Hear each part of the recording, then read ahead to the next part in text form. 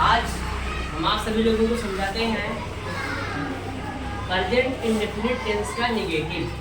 Present indefinite tense का negative समझना है। अभी तक आप लोगों ने पढ़ा था, पिछले वीडियो में आप लोगों ने देखा था अफर्मेटिव का।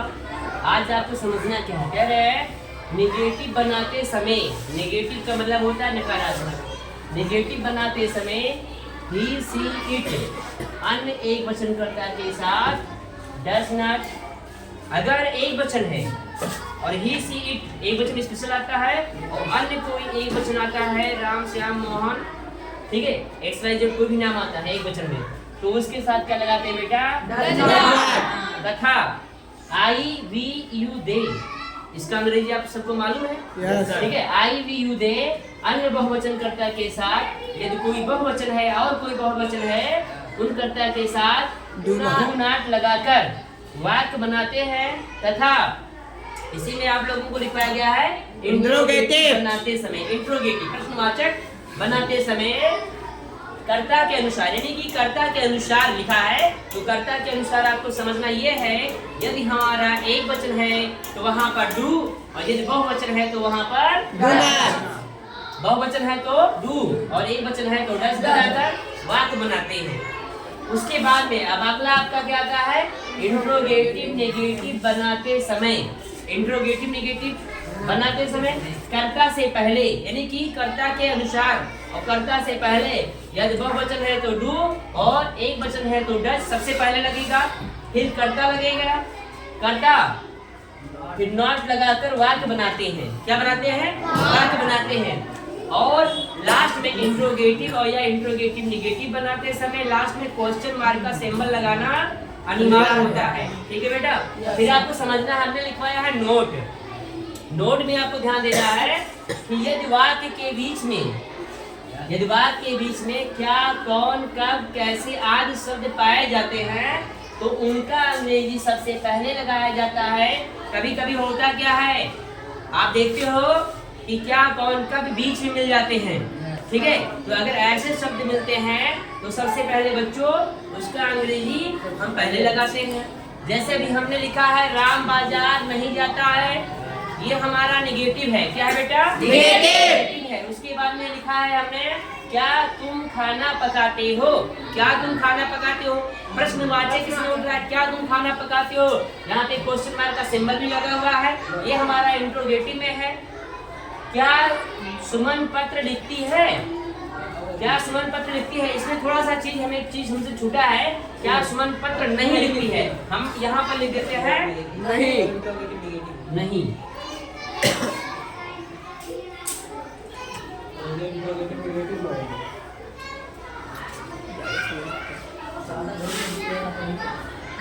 नहीं, इसको समझ लीजिएगा, क्या सुमन पत्र नहीं लिखती है, यानी कि आपका इंट्रोगेटिव प्लस नेगेटिव हो गया, ठीक है। तो क्या सुमन पत्र नहीं लिखती है।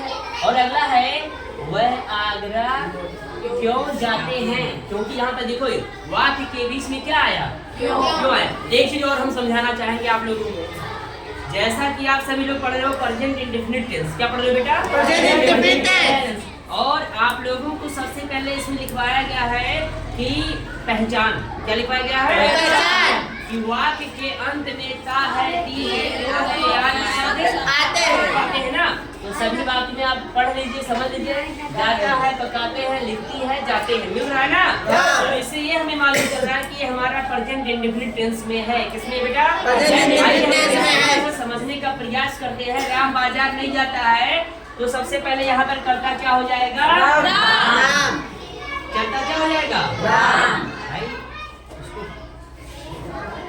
राम, राम एक वचन है तो एक वचन कर्ता के साथ क्या लग जाएगा?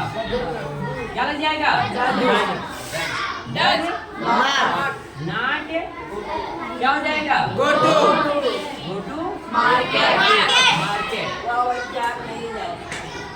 क्या हो गया? राम डज नॉट, क्योंकि राम एक वचन है। क्या है बेटा? एक वचन, इसलिए यहाँ पर क्या लग जाएगा? डज, ठीक है, does not go to market. अगला है क्या तुम खाना पकाते हो, क्या तुम खाना पकाते हो, इंट्रोगेटिव में है। अब आप समझिए यहाँ पर इंट्रोगेटिव, यहाँ पर है इंट्रोगेटिव बनाते समय क्या है? इंट्रोगेटिव बनाते समय कर्ता के अनुसार डू या डज लगाकर वाक्य बनाते हैं। क्या लगाते हैं? कर्ता के अनुसार, यानी कि कर्ता के अनुसार सबसे पहले लगाते हैं। क्या लगाते हैं? तो सबसे पहले क्या तुम एक वचन है कि बहुवचन है? क्या है बेटा? बहुवचन है ना, तो यहाँ पर हो जाएगा सबसे पहले डू। और तुम का अंग्रेजी क्या होता है? यू होता है। क्या होता है? यू होता है। Do you. अब पकाने का अंग्रेजी क्या होता है? क्रिया क्या है? कुकिंग नहीं, कुक होता है। कुक मतलब पकाना। क्या होता है? Do you cook. C double O K cook. क्या बताते हैं बेटा? खाना का अंग्रेजी क्या होता है? होता है। अब यहाँ पे do you cook the food, तुम खाना पका दो। यहाँ पे क्वेश्चन मार्क का सिंबल लगाना अनिवार्य है बिल्कुल। अगर नहीं लगाएंगे तो आपका ट्रांसलेशन ही आपका गलत माना जाएगा। अगला है, क्या सुमन पत्र नहीं लिखती है? क्या सुमन पत्र नहीं है? तो सबसे पहले यहाँ पर लिखा गया है इंट्रोगेटिव निगेटिव बनाते समय कर्ता से पहले।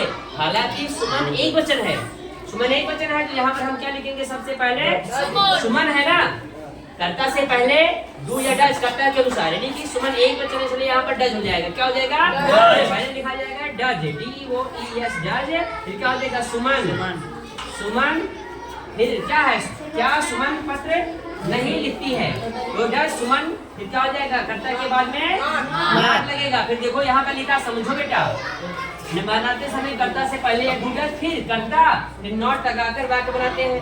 तो यहाँ पर हो गया डज सुमन नॉट, उसके बाद में क्या है? लिखते हैं, पत्र लिखते हैं। क्रिया क्या है? क्रिया क्या बेटा? राइट है ना, तो राइट का स्पेलिंग क्या होता है? RIT। राइट क्या करती है? पत्र। लेटर हो गया। और यहाँ पे क्वेश्चन मार्क का सिंबल बन गया। हो गया। अगला लास्ट है, वह आगरा क्यों जाते हैं? हमने लिखवाया है नोट में, आप नजर डालेंगे तो मालूम चलेगा वह आगरा क्यों जाते हैं। तो सबसे पहले यदि वाक्य के बीच में क्या कौन शब्द आता है जो सबसे पहले उसका अंग्रेजी लिखा जाता है, तो वाई। क्या हो जाएगा बेटा? वाई। उसके बाद में क्या हो जाएगा? अब कर्ता के अनुसार डू या डज जैसे लिखा हुआ है, वह क्या वचन है? Why do. तो सब क्या हो जाएगा? Why do. उसके बाद में वाई का अंग्रेजी क्या हो जाएगा? Why do they. जाने का अंग्रेजी क्या होता है? गो आगरा। यस। और यहाँ पे क्वेश्चन मार्क का सिंबल लगाएंगे। अब जैसा लिखा है व्हाई डू दे आगरा क्यों जाते हैं। अब आज का टॉपिक इतना है, आप लोग इसको नोट करेंगे, समझेंगे। यदि किसी को कोई प्रॉब्लम पड़ी है, यदि किसी को समझ में नहीं आया है, तो थोड़ा सा फिर से आप पूछिए, मैं उसको समझाने का पूरा प्रयास करूंगा ताकि आप लोगों को समझ में आए। ठीक है, ये आप लोगों को ट्रांसलेशन देना भी एक्सरसाइज और हम लिखवा रहे हैं, उसको आप लोग कर लीजिएगा।